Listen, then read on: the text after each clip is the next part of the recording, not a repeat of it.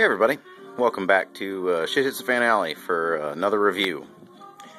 Today I just wanted to stop and detail the fact that I needed a new tent. Years and years ago, some friends of mine used to go hunting and fishing and camping every spring break. It was a tradition for us. A couple of us guys still talk to this day and still meet up on spring break every year and say hey and hang out, have a few beers. They're friends from high school. We've known each other for a long time. Hank is one of those people. And, well, the tent we used to use, which was I sprang for the tent we used to use. It was a 5-man tent, had an aluminum frame case and all that.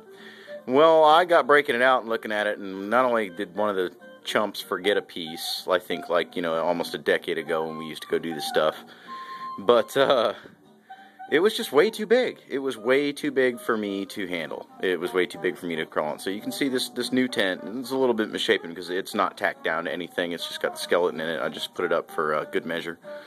But in all, I'd say I'm real happy with it. Now this is the 2-person dome tent by Ozark Trail Outdoors Equipment. And what I like about it is, it's got a no-nonsense carry case with the instructions knitted in it. It was real simple to set up.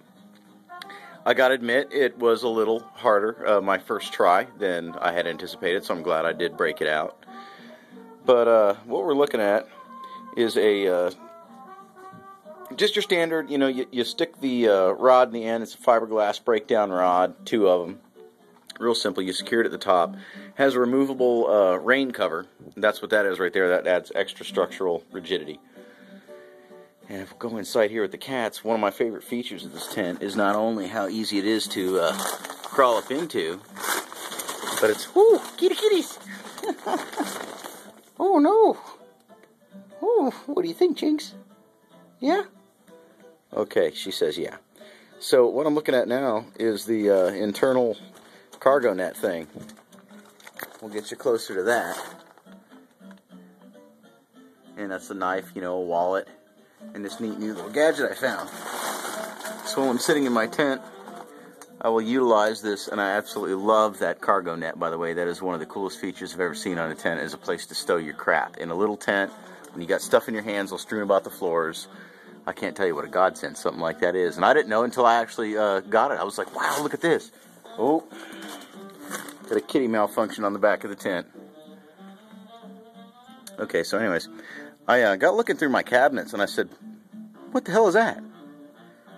Well, I knew right away from that logo right there that my mom had left it on a visit.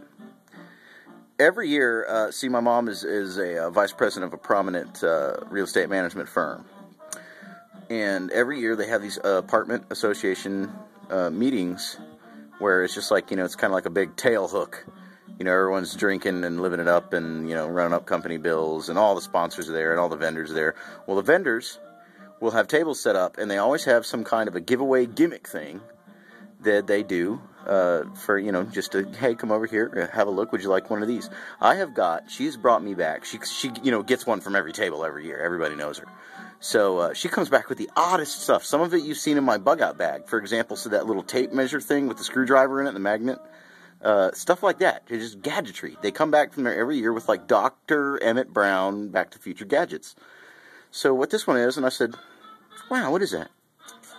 Well, it's a steel, break apart, very well built, very sturdy. I mean, I can't barely flex it with my hand. But little cup, and I said, oh, well, that's just badass. And then I looked up in there and went, huh? What this is, I think, is a little single serving drink maker. Drink shaker, like you see a bartender using. And if you pop that off there, it's got the built-in strainer. Well, what I was going to keep it for is to keep matches and stuff in it dry, because when you pipe that down, it's airtight. And I was going to keep matches and stuff that absolutely, like tinder and stuff that absolutely must be dry in it in a little separate case. And I was going to use it as a fire starting kit, keep the fire steel and everything in there. And then you can put like, rose hips or things you don't want necessarily the turbidity of it in your water, like making infusions, for example. And this goes to Mitch from Native Survival. I noticed you like to make infusions. I said, wow, now that would be the coolest little item to have, because you could set that right on a campfire, or just set it down in the hot ashes, and make your infusion. When you're ready, pick it up with a rag, pour it out into your cup, let it cool, add some honey, you're done. So I thought that was a very cool little item, and that's definitely going in the bug out bag.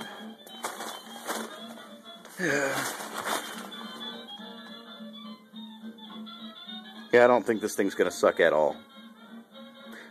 So, I don't know where people are with your, just got me on the head again. I don't know where people are with your tent preps, but one thing I know is that in the dark, we need about half 3 sheets to the wind. Stumbling into a hammock tent is going to be a problem for me. I don't know about you, but getting into a hammock tent is going to be a problem for me. So I'm a just ground tent time guy. It looks like I'll have plenty of room to change, brush my teeth, whatnot, make infusions by the campfire, and everything. So I'll be using this a lot in the near future. So thanks for watching, and remember, there's a wealth around you.